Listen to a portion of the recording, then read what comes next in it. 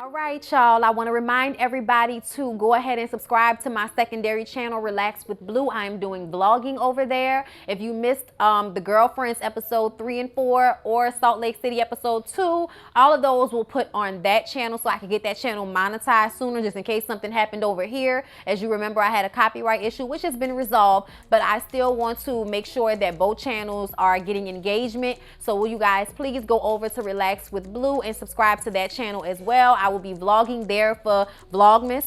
Okay, so that's where all the vlogs will be. This will continue to be review channel, and the vlogs will happen over there on Relax with Blue. So see y'all over there for that. And I just started Hip Hop Tabata 1 and 2, you guys. The 21-day challenge to keep you in shape and in check during these holidays, y'all. Okay, it just started today. It's not too late to sign up. Y'all know, hit my link down below and sign up. Also, don't forget about TLC products, y'all. I swear by the Nutriverse. I swear by that tea, y'all. Okay, when your stomach is going through some issues and you need to get it together, especially if you've been eating all this holiday food, get you some tea, honey. Get that all cleaned up. Y'all use my links down below for everything else. Firmu for the glasses, Pretty Little Thing. But anyway, get down below and check out all the links. Hey everybody, what's up? It's your girl Bondy Blue, and I am back for another Real Housewives of Salt Lake City. Before I get into it, I want to remind you guys to go over to my secondary channel, Relax with Blue, and subscribe, please. That's where I'm doing my Vlogmas. I've been doing some lives over there, stuff that you're not getting on this channel. So please go over to Relax with Blue and subscribe to that channel. Thank you so much. Okay. Also, if you're not subscribed to this channel, subscribe, please. Thank you for joining me. Now, let's go ahead and get into these Salt Lake cities. Okay, Jen gets to Whitney's party. Y'all know last week Whitney threw a party, like a speakeasy prohibition type of party set in the 20s. And Jen showed up looking immaculate, but with a very, very terrible disposition, honey. Okay, something is wrong with Jen. Somebody has already told me that she is a hot ass mess and hard to deal with, and now I see why. She lost her entire mind this episode. So she gets to the party. Y'all know she's mad that Meredith went to Mary's church and that Meredith has formed a friendship with Mary because Mary said she smelled like a hospital. Now I understand where Mary is coming from with this situation. She was like, I didn't say you smelled like a hospital. I walked in and said, oh, it smells like a hospital in here. So even if she did say it, we know what you meant. But ultimately, it ain't this deep, Jen. You making it way more deep than it really is, Jen. And we all know why. Because you got at-home issues. Everybody in this friend group that acts a fool with one another is because they have issues within their family lives that they are not happy with. So they show up in their girlfriend group and act a damn fool because they can't do that with their significant other or in their family situation, okay? So she pulls Meredith to the side and asks why Meredith isn't coming to the slumber party. And she's like, well, because I told you, Chloe is leaving tomorrow and I want to spend some time with her before she leaves. And Meredith's like, look, I understand all of that, even though she really doesn't. But she says, I was just trying to make sure that it wasn't because of Mary. And we all know it's really because her son Brooks is so upset that he saw your vagina. And I was just like, I hate the way he said that. I know y'all pointed out that Meredith and her family are Jewish and not Mormon. I understand that. But I feel like if a place has a whole bunch of people that are a certain religion and those people kind of run the main circles in this show and, in Salt Lake City, it's still the same vibe. I know they're not the same religion because I said in the review that Meredith was Jewish. I know that. I wasn't thinking about that in the moment of her son, but I still feel like my depiction of what I saw of her son feels the same to me. Elitist, classist, might be a little bit of, you never know. You know what I'm saying? But whatever the vibe he gave, when he said vagina, I ain't like him. Because I was just like, sir, not only did you come out of a vagina, but it rubbed all against your face when you came out of it. So your overreaction to seeing whatever parts of Jen's anatomy that you saw is annoying to me. However, Jen's energy is off for a whole bunch of other reasons. Primarily because she's a child. She has temper tantrums with her friends. That's what it seems like she does. I know people like this. I can't fool with them. Because you're not about to act a fool and cry and scream and holler and curse until I come and coddle you. That's not going to happen. You're not going to talk to me crazy and think that's the response you going to get. So this episode, I really started to like Meredith more. So when Jen says, I noticed that, you're a very intelligent woman. Okay, so you're friends with Mary. I don't understand how you can be her friend after what she's done to me. Okay, if you're my friend, I'm, down for you. I have your back. You don't have my back if you're still hanging around with her. And Meredith is like, listen, I don't know where all of this is coming from, but the last time I checked, you and Mary were hugging and kissing and saying y'all loved each other at my party a few weeks ago, and I haven't heard bump about it since. So all of this overreaction you giving me right now is so uncalled for, ma'am. So uncalled for. Jen says, well, that's not it. That's not what happened. At this point, she's drinking, she's crying, she's upset, she's irate, she's all in Meredith's face.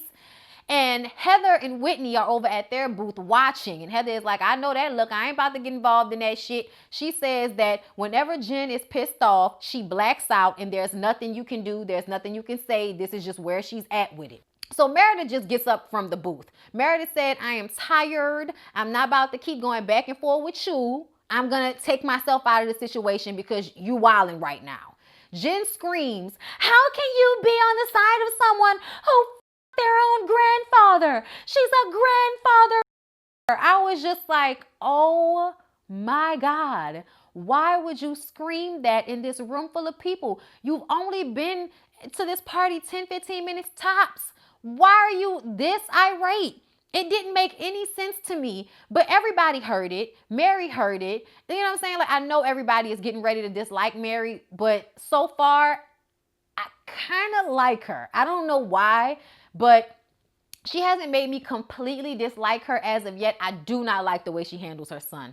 I don't like that shit at all. And I almost think because you thought it was okay to marry your grandmother's husband, okay, because it's not your grandfather, but essentially he was in that role in your family dynamic, okay, even though he was younger, whatever. But y'all blurring the roles of family members in y'all's family is why you feel in competition with your son's girlfriend. I mean, there are a lot of women who are like that, but to me, I feel like that's also a testament of these blurred lines in their family. But I think that's why their relationship is skewed, and her perception of what her role in his life is slightly skewed to me because y'all don't have boundaries set in place in the proper way as far as I'm concerned in this family. I don't know y'all like that. I'm not judging you. I'm just saying these boundaries ain't in place the way they should be as far as I'm concerned in Mary's family, and we'll get into that. But either way, Jen is completely losing her damn mind. And I'm trying to understand why you got more anger towards Meredith than you do towards Mary. Like, you didn't even have all of this action for Mary. And I'm wondering why.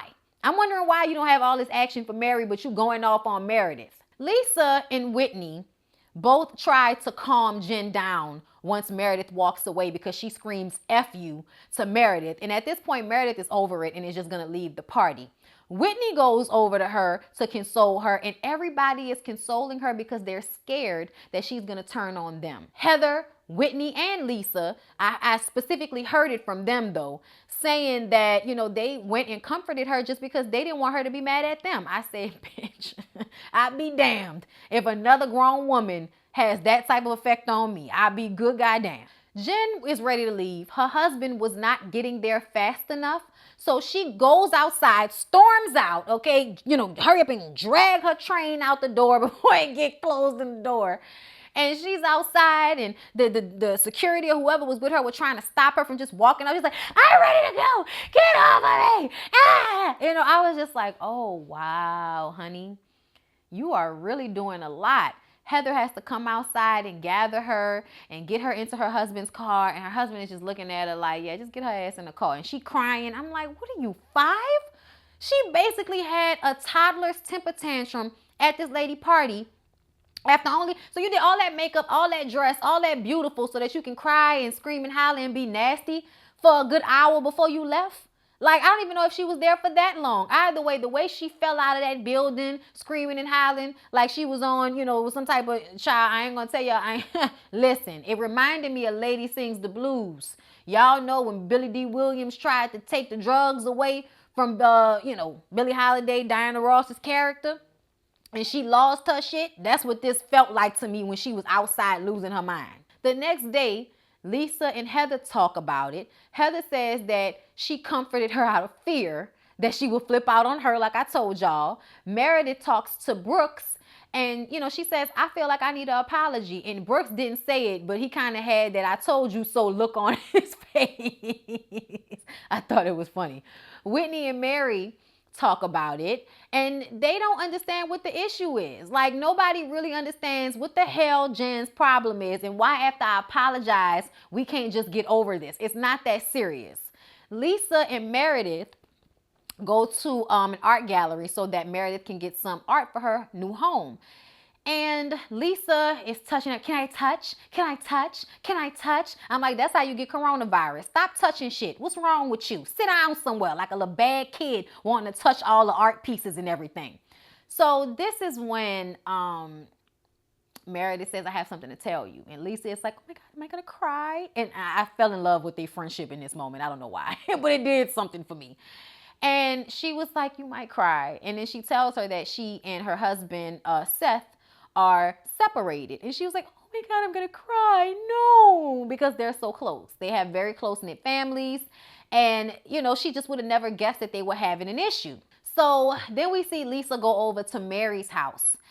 And she makes her son tell Lisa what he got his girlfriend for Christmas. I said, this is some rich people problems. She said he got the little girl a Prada purse.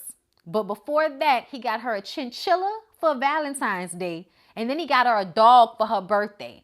So for Christmas, he got her a Prada purse. And Mary is mad because he's never gotten me that type of stuff. He's never done anything for me like that. You ain't his girlfriend. You ain't playing with his little ding-a-ling. I hope not. That's why you not getting the gifts like that, mama. Like, ain't he using your money to buy it? Like, girl, please stop. She just was doing the most. And then I felt like you could see how much she done bleached her skin during this scene as well. And I was just like, child, I guess if you thought that was the way, so you can blend in with all of these white people. But I didn't think it was cute at all. Then her son says that he wants to be a fashion designer. And she was like, what? I thought you wanted to be a surgeon. When did you stop wanting to be a brain surgeon? That girl has changed you. It's like, that boy ain't never want to be no damn brain surgeon. Girl, if you don't stop. Okay, when your child want to go into brain surgery, okay, and I promise you they doing way more after school projects and college courses than somebody that's trying to go to school for fashion. Just saying. Lisa says that's a lot of pressure that you putting on that kid, but he seems very solid. I see a solid vibe from him. And this is when I start liking Lisa again. Even though I felt like Lisa totally bitched out when Whitney told her about her bartenders being drunk, I still feel like in these settings, I kind of like Lisa. So they discuss Whitney's party and, how Whitney really likes poles. I was like, it ain't no shade. That girl look good. And anybody that probably swings on them probably knows it's like really fun. It looks fun. It always just looks fun to me. And I feel like whenever women express themselves in a way that people have deemed sexual, it's always like, oh, look at her for liking to do something that's fun just because men sexualize it. Like, there's so many people that dance on poles and it's not a sexual thing. It's a workout. It's fun. But, because people dance naked while they do it a lot of the times, you can't help but to make somebody seem like they, debaucherous because they like dancing on a pole. I mean, they did have strippers at the party, but it was like a prohibition party. Like, what? Of course we're going to have strippers at this bitch. It's my party. I want strippers. We're going to have strippers. Like, what? Either way, everybody enjoyed themselves. And Mary says that she wants to have a formal gathering, a little small setting for the ladies so that, they can talk and people can actually hear. Because she feels like a lot of the ladies in this group, they don't listen to one another. So she wants to have a Met Gala-like formal dining during the noontime. It was all kind of shit all over the place, but everybody enjoyed themselves because she spent a lot of money on it. She doesn't want to invite Jen because she knows that Jen's energy is going to be shitty, and she was absolutely right. But she would have looked like she was getting down in the dirt to fight with her if she had not invited her. And she's really not trying to fight with her. So it's like, I'm going to invite her because I ain't trying to fight with this crazy ass girl. I'm not arguing with you. You mad. I'm happy. Shout out the Plies, okay? So she's going to end up inviting her to the event anyway. So Jen goes over to Heather's house, okay? And Heather says that she has never known Jen to not show up to your house with food. If she don't show up with it, with her little snack pack, she gonna order it. But she's like a kid that needs her snacks and her juice in order for her to stay calm. I said, well, we already didn't say it that she a damn toddler having temper tantrums. That makes a lot of sense, because she got some sushi delivered to Heather's house. So they sit down to eat the sushi and they talk. Child, when Jen said I'm a brown girl, I eat, I was like, are you brown? Are you? You used to be. Shit, y'all need some sun. Anyway, Heather asked Jen what happened Saturday because she's confused. And she's like, girl, whatever. Like, how do I look? Do my lips look good? And Heather was like, physically, you look beautiful. Emotionally, you're a hot ass mess. I was like, I'm so glad she said it. I'm so glad she was real enough to say it to you, because it's so true. And this is when we find out what's really going on. Jen is still going to make it about Mary and Meredith, no matter what. But the truth of the matter is she's lonely. Her husband is never around. Her dad died a year ago, and she went to his grave a week ago with her son because her husband wasn't around. Then when her dad died, her husband couldn't come to the funeral because he had a game. I'm like, why would y'all put the funeral on the same day as his game?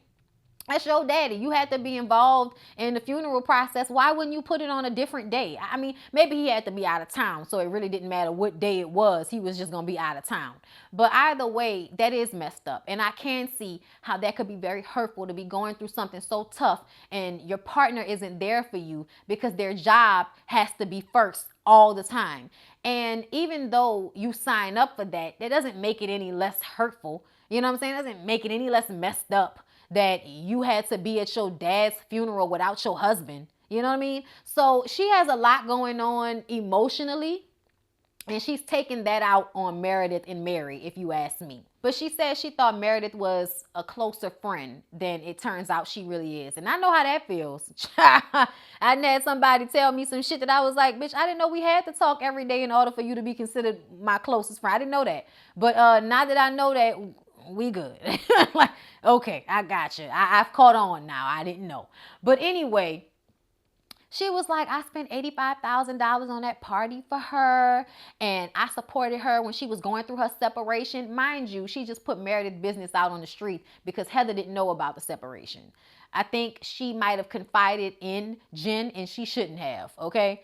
Because Jen sprayed that information as soon as she got upset. Somebody needs to learn from this. Don't trust this bitch with none of your secret information, because when mad day come, she gonna spray you with your own shit for no reason at all. So Mary is getting things ready for her little dinner party. Well, it's like a brunch dinner party, but there's a red carpet. And then look, I forgot to mention that her house is so, huge and gaudy, and they still had Christmas stuff up. I can't be mad at you because I'll have mine up until the end of January. People in New Orleans would just change the decoration to Mardi Gras and keep their tree up. I've seen it done. Valentine's Day tree, my auntie used to do that sometimes. So, that's not that crazy to me. But Heather was like, she must really love Christmas time because she got them little soldiers in the red coats and shit escorting people down this red carpet in the middle of the day in Salt Lake City, Utah. You know what I'm saying? Just a lot of extravagance at the wrong time. And then Heather was like, because it's something that's a nighttime type of situation happening in the day. And then her not understanding that the Met Gala, like, it's a place. It's a gala at the Met Museum, the Metropolitan Museum or whatever, right? Either way, there are themes to the Met Gala. So why is your theme Met Gala when there's a different theme every year for the Met Gala? Y'all see what I'm saying? But really, it's just opulence. It's just show up in your best dress. I'ma, do as much as extravagancy as I can for this little brunch, bitch, and show up in your fine dining wear. Okay, that was basically what it was. In all honesty, I like how Heather came at it. Heather was like, even though it's kind of, Mary's taste, and, a little out of pocket for what she wants it to be, it's still a really good time because the setting is beautiful. She has fish bowls and all of that all over the table. And I'm saying fish bowls, but y'all know it look nicer than fish bowls, like little bitty aquariums in front of everybody's placemat. She got them journals with their names on it, with a book and pens and all kind of beautiful stuff. Then she had the Louis Vuitton earbuds. I was just like, she went all out for this little brunch. I swear they got money that they throwing it away like this. Jen needed to talk to her husband and have a little pep talk before she went to meet with the girls. And he had to tell her that, you know, you're in control of yourself, okay? You control your feelings. You control how you react to things. And I felt like it was less of a pep talk and more of a control your damn self, okay? Stop acting like a child when you get into it with these women. Act like you got some sense. To me, he was nicely telling her to act like she had some sense, okay? So in the car on the way there, Heather and Whitney ride together. They talk about Jen and her spraying Meredith's information about Seth and her separating. Whitney didn't know that. Whitney says every time I would ask her where's Seth, she'd be like, oh, everything's 100%, you know, wonderful and fine. So it's a surprise to a lot of them that Meredith is going through this marriage issue right now, right? So everybody gets to the brunch, whatever. They sit down and Mary is being her weird self, y'all. You know, she's weird. She's very, very weird. Eclectic, I would say. Maybe some of those chemicals that she puts on her skin, you know, got to her brain a little bit. I don't know. She's a little quirky. I'm not mad at it though. I'm just saying. Everybody was pointing it out and I was noticing it. But her play, you know, her little play settings and everything, beautiful, lovely. Okay, lovely, lovely. You would love to get invited to Mary's events. Is, you know, nutty buddy as she may seem, that was some nice gifts that she had for everybody. And all these women have money. All these women have things. So I wouldn't have bought none of them hoes nothing. That was just real classy base that she did that. And then in the journal, she asked for Jen to write something. Jen was like the last person to get there. So she was like, you know, write something about yourself. And we're going to, you know, get to know each other a little better. We're going to go around the table. Everybody's going to say something about themselves that they're trying to work on. And so, you know, that's kind of what they do. Mary goes first since it's her party. Okay, she's very straightforward and I think has a filter issue. Child, that's going to be funny. That's why I kind of like her, because I find her filter issue kind of funny. But Mary goes first and she said that she's not a very trusting person. You can't just come into her life and we're friends. That's understandable. Whitney says that she cares about what people think too much. And she's not a swinger no matter what anybody, wink, wink, Lisa has said. Lisa laughs and says that, you know, she has extremely high goals for herself. And, you know, she just starts to get emotional because she loves herself so much. And if anybody has a problem with that, like, so what? I was like, bitch, what in the bipolar is going on here? Why is you switching emotions like this? Like, she was just all over the place right then. I like how Whitney was like, yeah, I wish I was that confident or arrogant, whichever one. I was like, arrogant. That's what I pick up on about Lisa. So then Mary calls out Jen, like, what's up with you? And Jen says that she's just a very passionate person. She's got to give us, you know, her daddy's life story about how he came here with nothing. And because she was perceived as black, she felt like she was on the bottom of the totem pole and, you know, was treated like a black person basically in this country because of her skin tone, which is probably why she's bleached so heavily. Same thing for Mary over there. Growing up in Utah as colored folk ain't exactly easy. And now, you know, now that she has this group of friends, she requires this devout loyalty from them. And I was just like, you telling us your daddy's story ain't really have shit to do with nothing. Okay, ultimately, you have issues at home with your husband, and because you can't tell him how you feel, you want to shit on everybody else. That's all it is. I don't know why we had to get your whole life story in order for you to tell us what it was, but hell, if Lisa can sit up here and cry over nothing, I guess you can, you know, cry and give us the long way around your story too, I guess, child. I was just over it. Specifically because when everybody else was talking, Jen had this stank ass look on her face like she was so, you know, not moved by any of it. But Lisa was one of the main people that was coming to her, you know, rescue and calming her down and consoling her, even though she's Meredith's best friend at the party. So I just kind of was like, yeah, I'm not going to like Jen. I'm not going to like Jen. I'm just not. But she says, I do have a hard exterior. And in this moment, she realizes that it's time to apologize. The problem is she only apologizes to Meredith for telling her F you. She doesn't apologize to Mary for calling her a grandfather, okay, which I kind of felt like it's not a lie, but at the same time, it was rude and uncalled for. You know what I'm saying? And I don't understand why you couldn't give Mary an apology when you gave one to Meredith. And I know we want to think it's because she values Meredith's friendship more and she just don't like her because of what Mary said to her. And, you know, we know Mary was being shady when she said it, and you should have a filter because it's the response people will have to you if you just go around saying any old thing to people all the time. Granted. But ultimately, y'all know that I'm feeling like you don't feel the need to make it right with Mary because she may not, you know, fit your criteria of, you know, what it is to be for lack of a better term, a grind dime in Salt Lake City. Shout out to Karen. You know what I'm saying? Like, it just kind of, I'm not saying it, y'all, but y'all know what I'm saying. I don't think it's that, but it feels that way.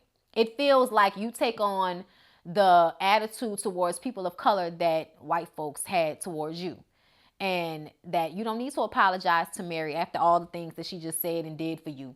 Like, she's the one that got you to open up. No apology for her, no reverence for her. It's her party. But you're going to apologize to Meredith. Meredith deserved her apology. Meredith didn't do shit to you. But ultimately, to ignore Mary the way she did, I honestly thought it was kind of hurtful. I'm not even going to lie.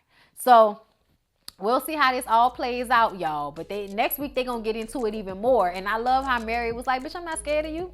What, you gonna beat me up? Like, like, what you gonna do, bitch? What you gonna do? Child, I can't wait till next week. Salt Lake City is kind of good, y'all.